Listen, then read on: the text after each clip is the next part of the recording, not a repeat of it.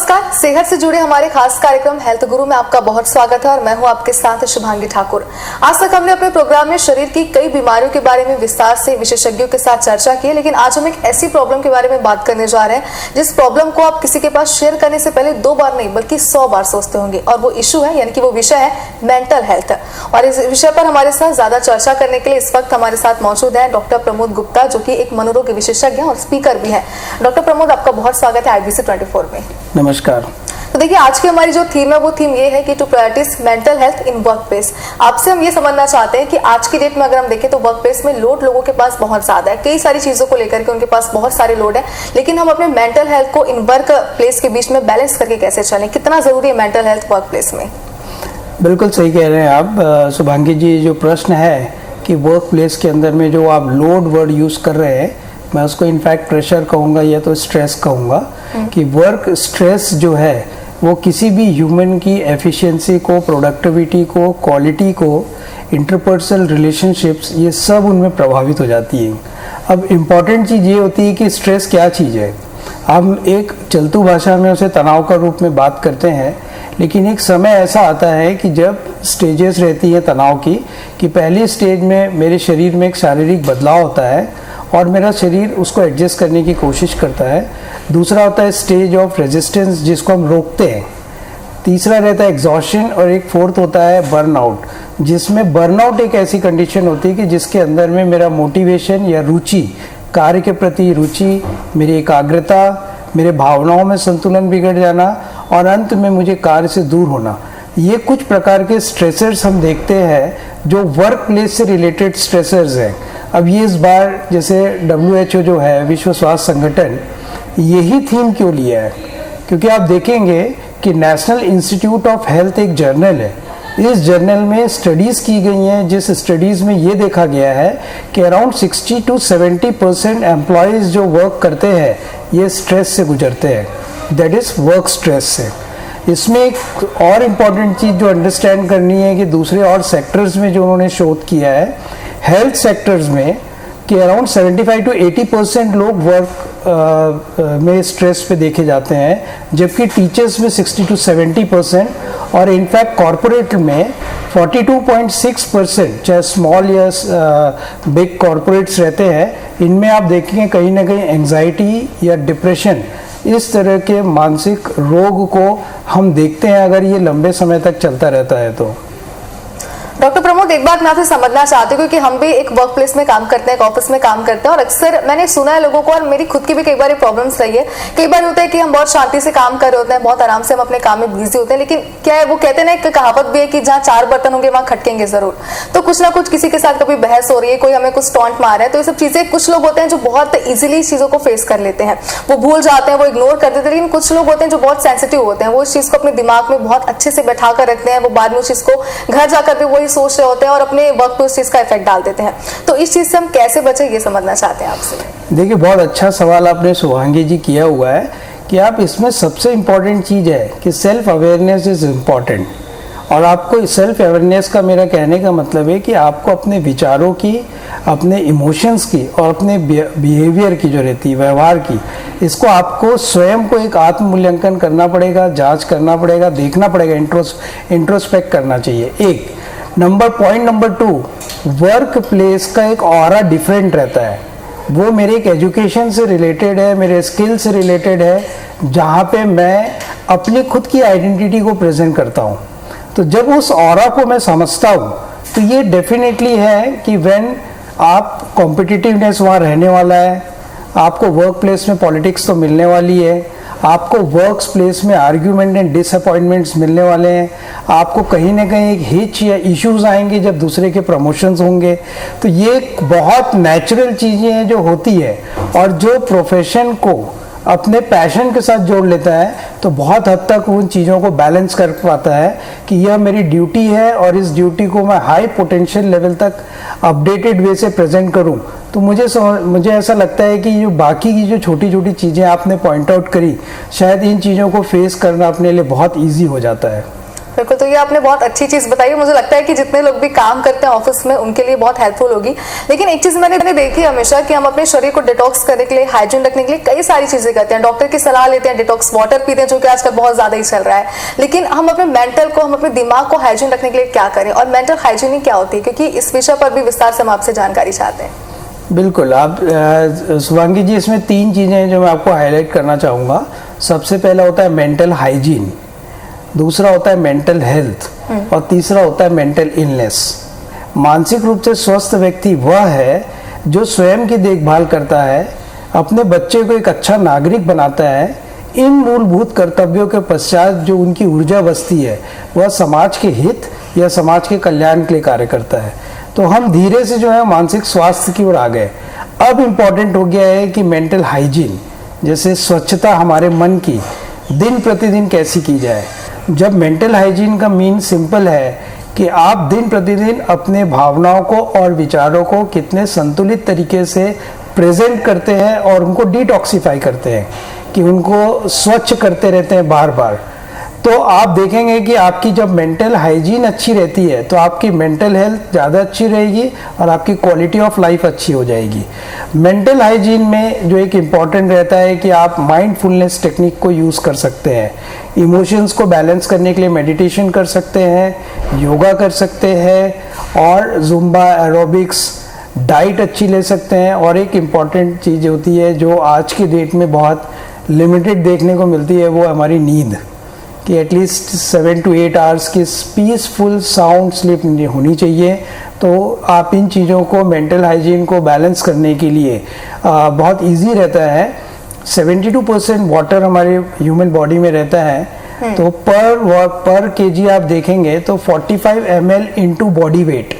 अगर कहीं आप वाटर कंजम्पशन डेली करते हैं तो आप अपने मन को भी स्वस्थ रख सकते हैं और शरीर को भी स्वस्थ रख सकते हैं। कई बार ये होता है कि हमारे वर्क प्लेस में कई सारी चीजें हमारे साथ होती है। अगर दिन में हमारे किसी के साथ बहस हो गई, हमारे काम में कोई दिक्कत आ गई, तो कुछ ऐसे होते हैं जो बहुत ही सॉर्ट आउट होते हैं, वो घर जाके या फिर ऑफिस से कदम बाहर रखते ही वो सारी चीजों को भूल जाते हैं। उनको लगता है कि ठीक है, अब उनकी नई जिंदगी शुरू हो गई, वो अपने फैमिली के साथ टाइम स्पेंड करते हैं।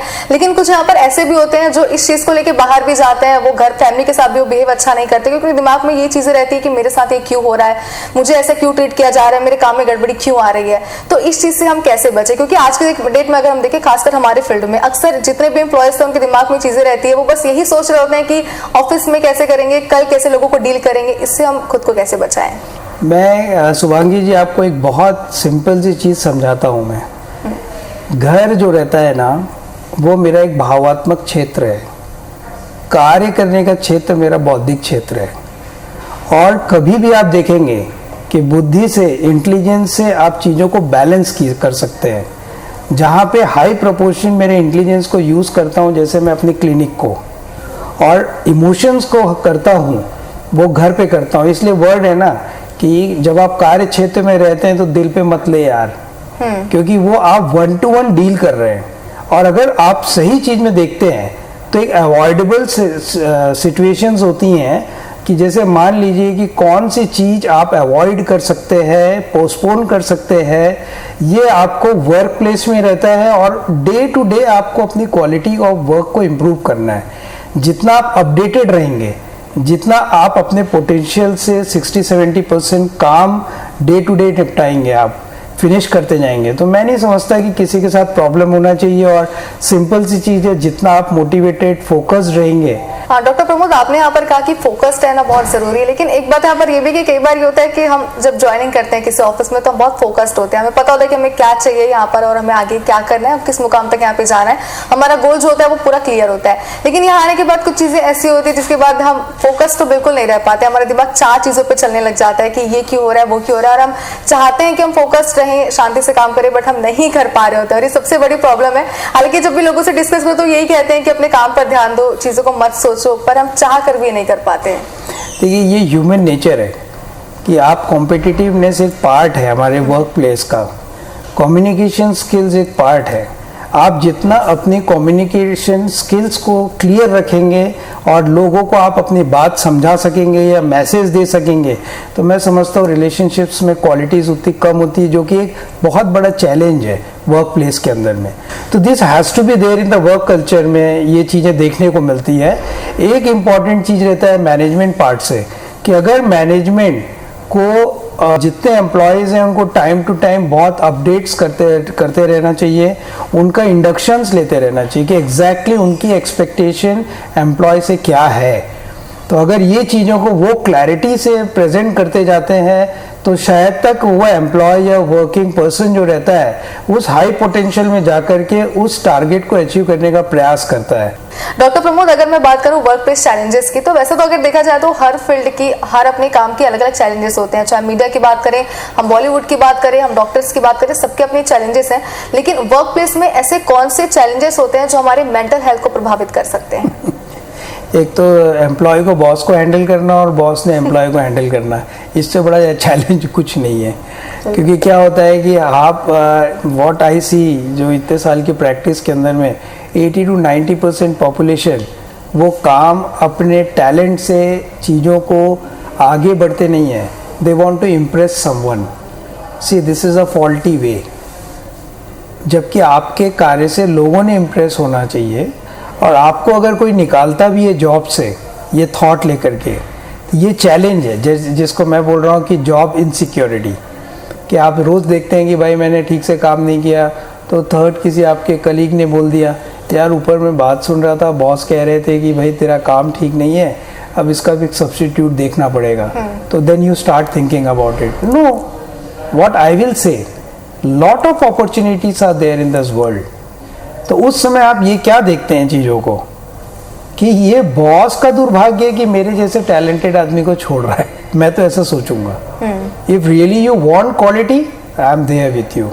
तो ये चैलेंज बॉस के लिए है कि कैसे टाइम मैनेजमेंट को देखे, कैसे एम्प्लॉय को अपने एक्सपेक्टेशंस को बहुत क्लियरली रखें, कैसे वो एम्प्लॉय के हेल्थ के बारे में सोचें, कैसे वो एम्प्लॉय की टाइम लिमिट्स जो दे रहे वर्क का प्रायोरिटी कैसे सेट करें। तो this is a challenge for a like, and salary itself is a challenge for management and the boss to take care. Same pattern पे आप देखेंगे एम्प्लॉय का पार्ट पड़ता है कि एम्प्लॉय को काना फूसी से प्रभावित नहीं होना चाहिए।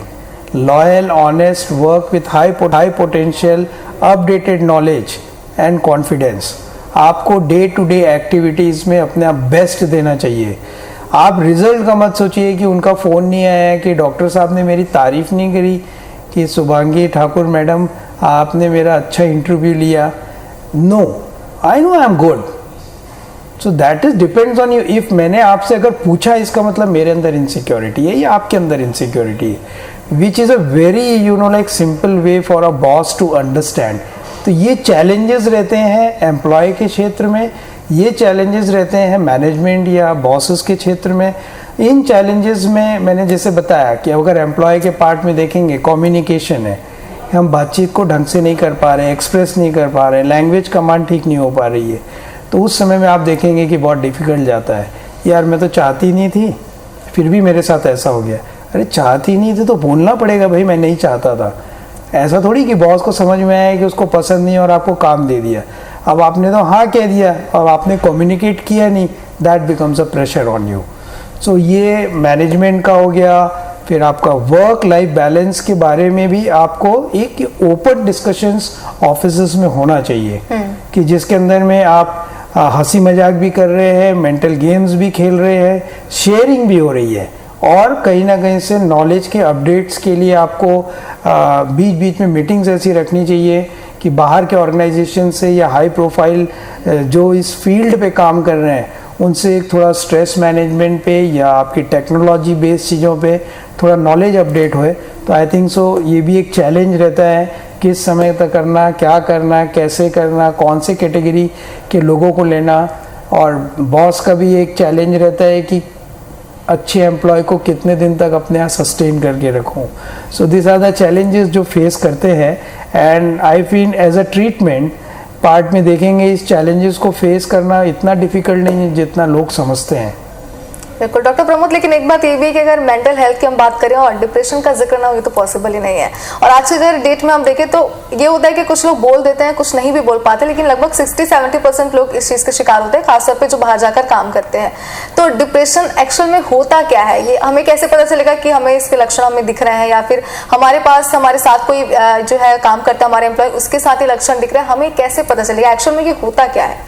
एग्जैक्टली देखिए, डिप्रेशन एक सिंपल भाषा में अवसाद है जो लो मूड में देखते हैं, हम डेली लाइफ में देखते हैं।